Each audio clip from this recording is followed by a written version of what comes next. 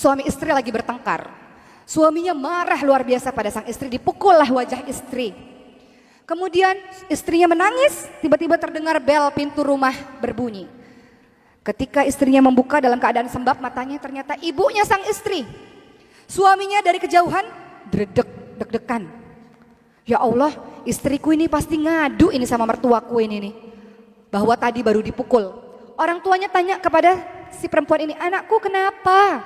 Kok kamu nangis matanya sembab begitu, kenapa? Istrinya mengatakan, ibu, ayah, ya Allah, aku tuh tadi berdoa sama Allah. Aku rindu sama ibu, sama ayah, udah lama gak ketemu. Untuk menjadi perempuan-perempuan yang solihah, yang dirindukan oleh syurga. Perempuan-perempuan yang seperti apa? Karena ini judul kita pada hari ini. Perempuan-perempuan yang solihah versi Al-Quran. Pertama, surah An-Nisa ayat 34. Fassolihatu qanitatun hafidhatul lil ghaibi bima hafidhallah. Wanita yang salihah adalah wanita yang taat kepada Allah Subhanahu wa taala dan menjaga diri ketika suami tidak ada. Taat kepada Allah artinya sami'na wa ata'na. Kami dengar ya Allah, kami taat ya Allah. Apapun yang Allah perintahkan kita lakukan, apapun yang Allah larang kita tinggalkan. Pertama, dan menjaga diri ketika suami tak ada artinya setia. Engkau mungkin bisa setia, bisa baik pada saat suamimu ada, tapi belum tentu ketika suamimu pergi engkau bisa setia, teman-teman sekalian. Ada pasangan-pasangan muda yang suaminya begitu khawatir. Nih hati-hati, kalau suaminya udah posesif, berarti mungkin salah satu indikasi suami nggak percaya sama kita. Mama, di mana sama siapa? Tolong kirim foto-fotonya lagi sama siapa aja, mah. Tolong laporan setiap 2 menit sekali. Tolong kalau telepon video call aja. Saya mau lihat sekelilingnya seperti apa. Ini mungkin suaminya nggak percaya sama istrinya. Atau ada suami yang pasang GPS di handphonenya istri. Dia tahu, oh istri saya pergi ke sini, istri saya pergi ke sini, melacak keberadaan istri. Mungkin. Ya dua ya kemungkinan, karena terlalu sayang. Kedua karena nggak percaya. Ya, jadi terlalu overprotective seperti itu. Jadi patut tersinggung juga kalau kita diperlakukan suami begitu ya. Mungkin suami nggak percaya sama kita. Jadi ciri menjadi wanita yang dirindukan syurga pertama An-Nisa 34, yakni adalah orang yang taat pada Allah dan menjaga diri ketika suami tak ada, setia. Yang kedua, surah An-Nisa ayat 19, sabar. Fa in karihtumuhunna. Terus apa lagi? Wa asa an takrahu syai'an wa yaj'alallahu fihi khairan katsiran. Kita baca surat An-Nisa ya. Surah An-Nisa ayat 19. Fa in karihtumuhunna fa asa an takrahu syai'a wa yaj'alallahu fihi khairan katsiran. Dan bergaulah dengan mereka menurut cara yang patut. Jika kamu tidak menyukai mereka, maka bersabarlah. Karena boleh jadi kamu tidak menyukai sesuatu, padahal Allah yang menjadikan kebaikan yang banyak padanya. Untuk menjadi perempuan-perempuan yang dicintai Allah, Rasulnya, dan juga suami kita adalah sabar. Kalau nggak sabar dalam pernikahan, udah bubar. Betul nggak Bu? Kalau nggak sabar, udah bubar dari awal. Jadi kalau ada orang yang bilang, Boki kasih saya dong nasihat pernikahan. Saya juga pernikahannya baru sebentar, tapi mungkin saya bisa kasih beberapa nasihat. Apa itu? Sabar, sabar, sabar, sabar, sabar. Bener gak Bu? Ibu-ibu yang sudah berumur pernikahannya puluhan tahun, sabar. Anak-anak yang baru menikah di awal-awal pernikahannya, kenapa banyak bubar? Gak sabar. Bener Bu? Emang begitu, nggak ada cara lain. Ini Al-Quran yang nyuruh kok. Pergaulilah pasanganmu dengan cara yang baik. Terus kalau ada apa-apa yang kamu nggak suka, sabar. Udah nggak ada kata lain, sabar. Dua orang disatukan dari pengalaman hidup berbeda, keluarga yang mungkin berbeda, pendidikan mungkin berbeda, semuanya berbeda. Ya, kita bukan cari persamaan, kita cari yang bisa saling melengkapi. Saya cerewet, situ pendiam. Ya, saya boros, itu hemat, gitu. Saling melengkapi satu sama lain, ya sabar. Kenapa kata Rasulullah banyak perempuan-perempuan yang masuk ke dalam nerakanya Allah? Karena mereka ketika ngelihat suaminya buat salah satu aja, perempuannya, istrinya mengatakan, suamiku, aku tidak pernah melihat kebaikan apapun dalam dirimu. Semuanya buruk dan diungkit-ungkit semua kesalahan yang lalu. Ini perempuan kadang kalau suka berantem, berantemnya masalahnya yang A. Tapi diungkit semua yang kemarin. Suami buat salah satu, hilang semua kebaikannya. Itulah kata Rasulullah, banyak perempuan-perempuan masuk ke dalam nerakanya Allah. Karena apa? Suami cuma punya satu salah, tapi seakan-akan kesalahannya semuanya. Itulah istri yang gak pernah bersyukur kepada sang suami. Jadi nomor 2, ciri dari perempuan yang solihah adalah surah An-Nisa ayat 19, yaitu sabar dan berbuat baik kepada pasangan. Ciri yang ketiga, perempuan yang solihah adalah dalam surah Al-Ahzab ayat 33, yaitu perempuan-perempuan yang betah di rumah, gak suka keliaran kemana-mana. Kalimatnya adalah waqorna fi buyutikunna. Perempuan-perempuan paling baik adalah memang di lantai rumahnya sendiri. Banyak perempuan-perempuan di luar sana, kalau di sini kan solehah semua, betah di rumah. Tapi kalau perempuan-perempuan di luar sana, di rumah itu pusing, stres kalau di rumah. Ini belakangnya ini panas kalau di rumah itu. Jadi hobinya suka keluar keliaran. Dan kalau pergi tuh nggak laporan, nggak izin maksud saya, tapi laporan. Bedakan antara izin dan laporan. Pak, saya lagi di mall nih, lagi jalan-jalan. Udah ya Pak, kan yang penting saya udah ngasih tahu sama teman-temannya 2 jam 3 jam. Lagi nongkrong-nongkrong aja, minum-minum kopi. Itu namanya laporan atau minta izin? Laporan, bedakan minta izin sama laporan. Ibu sebelum keluar rumah izin dulu, boleh nggak? Kalau udah di mall ya suaminya bilang nggak boleh, ya gimana udah di mall? Ya, jadi bedakan antara izin dan laporan. Sebelum keluar rumah harus minta izin dulu. Jadi ciri yang ketiga, perempuan-perempuan yang solehah adalah waqorna fi buyutikunna, betah di rumah. Boleh nggak keluar rumah? Boleh, dengan syarat dan ketentuan berlaku, yaitu adalah mendapatkan izin dari sang suami. Janjinya Pak izin ya 2 jam ya 2 jam, jangan nambah-nambah jamnya. Ini izinnya majelis taklim, tapi sekalian habis itu arisan, sekalian habis itu nggak tahu lagi pergi kemana. Ya kalau izinnya majelis taklim ya majelis taklim, selesai nih kajian pulang ke rumah. Ya, kecuali izinnya memang udah dengan yang lain-lain gitu. Waqorna fi buyutikunna, banyak di rumah teman-teman sekalian. Kemudian ciri perempuan-perempuan yang solehah yang berikutnya adalah dalam surat Al-Hujurat ayat 12. A'udzubillahi minasyaitonirrajim. Ya ayyuhalladzina amanu jtanibu katsiran minadh-dhonn inna ba'dadh-dhonni itsmun wa la tajassasu wa la yaghtab ba'dukum ba'dha ayuhibbu ahadukum ay ya'kula lahma akhihi maytan fakarihtumuh. Wahai orang-orang yang beriman, Ibu orang-orang beriman bukan? Teman-teman sekalian yang masih muda, orang-orang beriman bukan? Ya, kalaupun belum nikah, ini adalah pelajaran pranikah ya teman-teman sekalian ya. Kan banyak yang muda-muda, waduh aku belum nikah dikasih materi suami-suami, istri-istri begini. Ini adalah materi pranikah.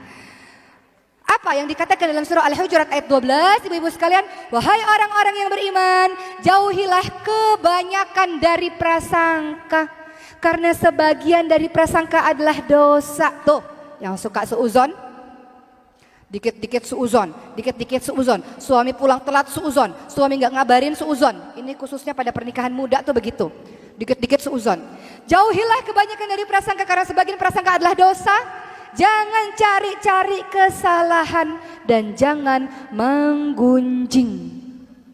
Orang-orang yang seperti ini adalah orang-orang yang seperti memakan bangkai saudaranya sendiri. Contoh, suami pulang kerja, pergi ke kamar mandi. Dia ke kamar mandi, handphonenya sama siapa? Chatting sama siapa? Instagramnya follow siapa? Tuh kan DM sama siapa? Tuh kan masih DM sama mantannya. Udah aku bilang blok nggak diblok juga. Suuzon. Suamiku sama siapa tadi ketemunya? Dicek bertemannya sama siapa aja. Dicek teman-temannya siapa aja, di phone number itu kan ada kan kontaknya. Sama siapa aja gitu. Suuzon. Cari-cari kesalahan terus menggunjing. Kan kadang majelis itu bukan cuma majelis taklim, tapi ada majelis gibah. Ngomongin orang. Tahu nggak? Tapi jangan cerita sama siapa-siapa ya. Ini rahasia cuma buat kamu aja loh. Ceritalah. Terutama cerita tentang suami sendiri. Suamiku tuh itu, ya Allah, kok bisa ya saya dapat suami kayak gitu. Tapi kamu jangan cerita sama siapa-siapa ya. Aku tuh cuma cerita sama kamu. Nanti temennya yang ini cerita sama temen yang lainnya. Kamu jangan cerita sama siapa-siapa ya. Ini amanah, gak boleh ceritain. Kamu tahu gak suaminya si itu? Nanti orang yang ini cerita lagi ke sana. Satu kampung tahu urusan rumah tangga. Gara-gara mulut istri gak dijaga. Maka ada kalimat di dalam Al-Quran. Ini rahasia yang keberapa ini? Kelima. Jaga aib. Hunna libasul lakum wa antum libasul lahun. Mereka, istrimu adalah pakaian bagimu dan engkau suami adalah pakaian bagi mereka. Pakaian itu fungsinya adalah jaga aib, menutup kekurangan. Bagaimana rumah tangganya, Bu? Alhamdulillah baik-baik aja. Tutup pintu, rumah tanggaku berantakan ya Allah, sedih. Di depan orang banyak, Alhamdulillah baik. Doain ya semoga sakinah mawaddah warahmah. Suamiku tuh baik luar biasa. Tapi di sepertiga malam, ya Allah sedih rumah tanggaku ya Allah. Gitu Bu harusnya. Ini kalau terjadi permasalahan rumah tangga, curhat ke orang lain atau curhat di sosial media. Dikit-dikit sekarang posting. Tapi yang udah sepuh-sepuh sih alhamdulillah gak punya sosial media Bu ya. Bagus juga tuh gak gaul di sosial media. Karena kalau zaman sekarang punya sosmed dikit, suamiku kasih cerita di sosmed, bikin status-status di sosmed, dibaca sama satu orang di seluruh dunia ini. Ya Allah, ternyata rumah tangganya lagi berantakan.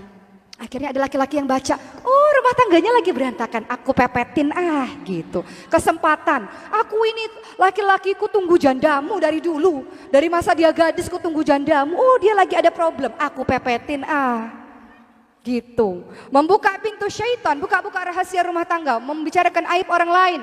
Atau aib suami sendiri, buat apa teman-teman sekalian? Ada sebuah kisah nyata di Jeddah. Suami istri lagi bertengkar. Suaminya marah luar biasa pada sang istri, dipukullah wajah istri. Kemudian istrinya menangis, tiba-tiba terdengar bel pintu rumah berbunyi. Ketika istrinya membuka dalam keadaan sembab matanya, ternyata ibunya sang istri. Suaminya dari kejauhan deg-degan. Ya Allah, istriku ini pasti ngadu ini sama mertuaku ini nih, bahwa tadi baru dipukul. Orang tuanya tanya kepada si perempuan ini, anakku kenapa? Kok kamu nangis matanya sembab begitu, kenapa?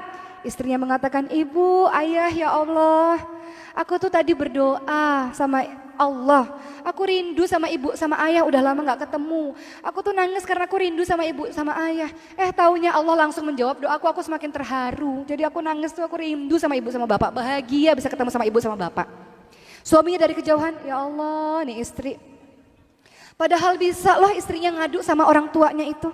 Aku baru dipukul, ada KDRT kekerasan dalam rumah tangga. Suamiku itu kan kalau perempuan kadang-kadang suka lebay ceritanya, gak sesuai kenyataan, dilebih-lebihkan gitu. Orang kalau lagi marah, lagi sakit hati kan ceritanya suka dilebih-lebihkan biasanya. Tapi sang istri mengatakan, ya Allah Pak Bu, aku tuh nangis karena aku rindu sama bapak sama ibu. Suaminya luluh hatinya, istriku itu Masya Allah, menyimpan aibku sendiri, ya Allah luar biasa. Makin sayang dan cintalah suami tersebut. Makanya kadang kalau kita berantem suami istri, khususnya bagi pernikahan muda, dikit-dikit ngadu sama orang tua, orang tuanya udah kesel, kita udah buat anak lagi sama suami kita, ya? Udah baik lagi sama suami kita. Orang tuanya masih sebel, kitanya udah harmonis lagi sama suami kita. Jadi nggak perlulah cerita-cerita yang sekiranya membuat kita menjelek-jelekkan pasangan kita sendiri. Karena kata Allah, hunna libasul lakum wa antum libasul lahun. Kalau ada jenis istri-istri yang begini, sebaiknya diapain nih Bu? Istri yang kerjanya suka ngomongin kejelekan suami terus, diapain ini sebaiknya ini? Dinasehatin atau diapain ini istri kayak gini? Diplester mulutnya? Didoain yang baik? Yang baik. Kalau Nabi Ibrahim alaihissalam gimana kisahnya? Menghadapi menantu yang mulutnya luar biasa, gak bisa dijaga. Nabi Ibrahim datang ke rumah anaknya Nabi Ismail alaihissalam. Nabi Ismail sedang pergi. Dan si perempuan ini gak tahu bahwa itu adalah mertuanya, bahwa itu adalah Nabi Ibrahim. Sang Nabi Ibrahim bertanya, wahai perempuan, anak perempuan, bagaimana keadaan rumah tanggamu dengan Ismail? Maka sang istri mengatakan, rumah tanggaku buruk, aku miskin, aku susah, suamiku gak baik. Dan semua keluhan lainnya. Apa kata Nabi Ibrahim alaihissalam? Tolong katakan kepada Ismail kalau pulang, ganti pagar pintu rumahnya. Jadi kalau istri yang cerewet, yang ngeluh terus, yang buka aib suami terus, harusnya diapain Bu? Mau diganti? Mau diganti? Akhirnya apa yang terjadi? Akhirnya Nabi Ismail paham bahwa perempuan yang begini nggak bisa dipertahanin, diceraikan. Diganti dengan istri yang baru, kemudian Nabi Ibrahim datang lagi ke rumah anaknya Nabi Ismail sedang pergi. Dengan istri yang baru, Nabi Ibrahim tanya kepada istri yang baru tersebut, "Wahai anak perempuan, bagaimana keadaan rumah tanggamu?" "Alhamdulillah, semua baik. Alhamdulillah, rumah tanggaku baik. Rumah tanggaku luar biasa. Rumah tanggaku diberkahi oleh Allah, Alhamdulillah." Maka apa kata Nabi Ibrahim? "Katakan kepada suamimu Ismail, pertahankan pagar pintu rumahmu." Artinya istri yang begini adalah istri-istri yang luar biasa, pertahankanlah karena dia menjadi istri yang solehah. Jadi begitu teman-teman sekalian, ya, tak terasa sudah hampir 1 jam saya berbicara di sini. Jadi saya review lagi, ada 5 cara setidaknya bagaimana cara kita menjadi istri yang solehah menurut Quran. Yang pertama adalah An-Nisa ayat 34, yakni perempuan-perempuan yang taat pada Allah dan perempuan-perempuan yang setia. Kedua adalah sabar. An-Nisa ayat 19, sabar. Kalau engkau tidak suka pada sebuah perkara, Allah akan jadikan yang lain yang baik, banyak kebaikan dengan dirinya insya Allah. Kemudian yang ketiga adalah banyak-banyak di rumah, jangan keluar rumah kalau tak perlu, surah Al-Ahzab ayat 33. Yang keempat, jangan engkau suuzon, jangan engkau cari kesalahan, jangan engkau menggunjing dalam surah Al-Hujurat ayat 12. Dan yang kelima, jaga aib suami. Dengan begitu engkau menjadi perempuan-perempuan yang dicintai oleh Allah, Rasul dan juga suami. Insya Allah menjadi bidadari-bidadari syurga, ratunya para bidadari syurga.